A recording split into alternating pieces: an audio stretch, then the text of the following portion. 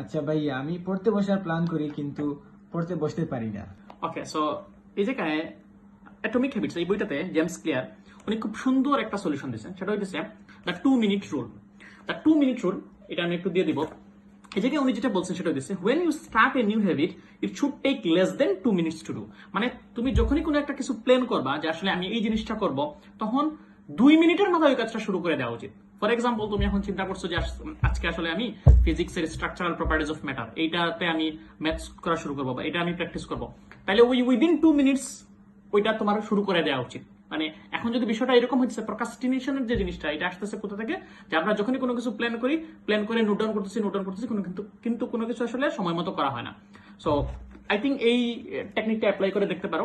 উনি খুব সুন্দর করে এই টেকনিকটা এক্সপ্লেন করে দিছে যে আসলে যখন আমরা ভাবি যে আসলে এই কাজটা করবো উইদিন 2 মিনিটস আমরা যদি শুরু করে দিই, তাহলে অনেক জিনিস এরকম হয়ে যায় যে তুমি হয়তো একটা জিনিস ভাবছো read before bed each night, এটা হয়ে যেতেছে রিড 1 পেজ। মানে জিনিসটা প্ল্যানটাকে সরাসরি অ্যাকশনে কনভার্ট করো। Thank you.